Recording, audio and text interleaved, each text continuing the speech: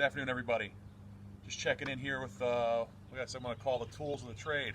If you want to be a workout in your yard, the things you kind of need to have, right? I've got my stick, obviously, my short stick. I've got a long pole here because it's what I played, and I keep one around, sort of.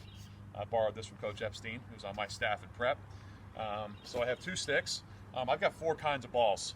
I've got a regular old tennis ball. I have a regular old tennis ball wrapped in tape, which I really like better than the regular tennis ball.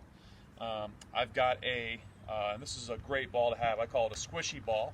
This is made by sportstop.com. They're $2 a ball, which is a little steep, but you don't really shoot them and lose them that much. So usually every year I buy 25 or 30 of them. They're about $2 a piece. So I got a couple hundred of them laying around between work and home.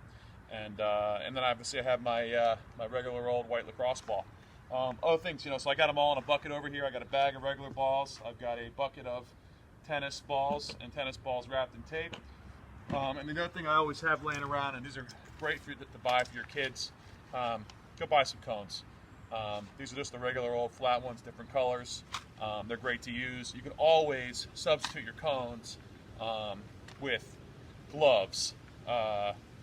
Really anything you have laying around the house, a weight, a 5-pound weight, a couple of those. You can just use balls as cones if you need to. I don't love doing that. Step on a ball, not so good. But those are the things you really need to get a good workout in. If you're fortunate enough to have a place to throw, that's great. Like I said, I have a chimney on the side of my brick house here that I'm going to use a little bit later in some videos.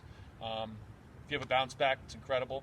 If you have, you can get a cheap bounce back. They have the expensive bounce backs. They all work really well. I don't have a goal at home. If you happen to have a goal, it's even better. We're certainly going to do some things where you could shoot and work on your skills. You can pick up ground balls anywhere, really. Driveway, basement, patio, yard. So we're going to talk about that in some of the videos as well. But these are the things you basically will need to get a good workout in. If you're ever thrown up against your house, like I will be later, don't use a real lacrosse ball. I think my mom and dad are still not all happy with me from my days of doing that. Like I said, some of these tennis balls and squishy balls are great as substitutes. Looking forward to our next video, guys.